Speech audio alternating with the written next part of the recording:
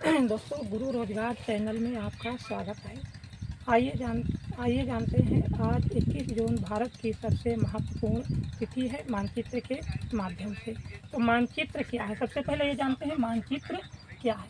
मानचित्र संपूर्ण पृथ्वी या उसके किसी पृष्ठीय भाग का खींचा गया चित्र मानचित्र कहलाता है। जैसे ये भारत का मानचित्र दिख रहा है, भारत का रेखा मानचित्र।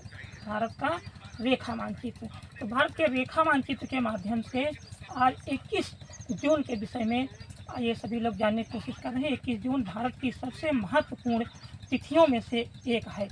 तो कर्क रेखा भारत को लगभग 2 बराबर भागों में बांटती है। कर्क रेखा के उत्तरी भारत, कर्क रेखा के दक्षिणी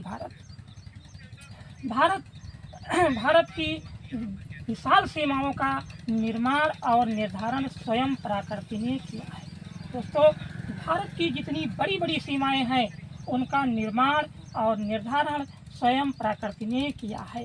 इसीलिए भारतवर्ष को कहते हैं इंडिया इज ग्रेट, भारत महान है। क्योंकि भारत की जितनी बड़ी बड़ी सीमाएं हैं, जैसे उत्तर में हिमालय पर्वत, दक्षिण में हिंद महासागर, पूरब में बंगाल की खाड़ी, पश्चिम में अरब सागर, जो मानवकृत सीमाएं नहीं हैं, प्राकृतिक सीमाएं हैं। तो भारत की हमारी जितनी बड़ी बड़ी सीमाएं हैं उनका निर्माण और निर्धारण स्वयं प्रकृति ने किया है। इसीलिए इंडिया को कहते हैं इंडिया इज ग्रेट, मेरा भारत महान है।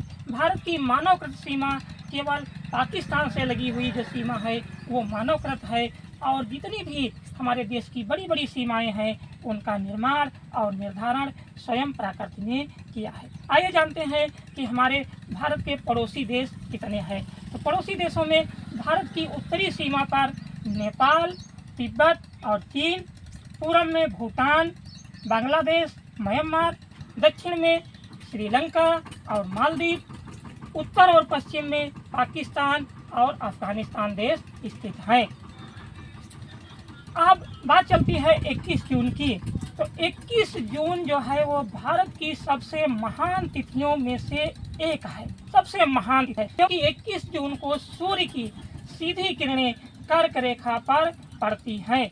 जब सूर्य की सीधी किरणें कर्क रेखा पर पड़ती हैं तो कर्क रेखा पर तापमान अधिक हो जाता है, अर्थात भारत में तापमान अधिक हो जाता है और वायुभार कम हो जाता है, अर्थात हवाएं जो हैं वो गर्म हो करके ऊपर की ओर उठ जाती हैं। उसके विपरीत हिंद महासागर, दक्षिण में हिंद महासागर लहरा रहा है। हिंद महासागर में सूर्य की किरणें तिरछी पड़ती हैं।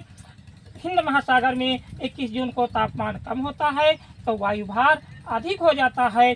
अधिक वायुभार होने के कारण हवाएं जो हैं वो हिंद महासागर से भारत की ओर चलने लगती हैं, और जब ये हवाएं हिंद महासागर के ऊपर से होकर गुजरती हैं तो ये हवाएं भाप भरी होती हैं। उत्तर में हिमालय पर्वत से टकरा करके वर्षा करने के लिए विवश हो जाती हैं और भारत में खूब वर्षा होती है। जय हिंद, जय भारत।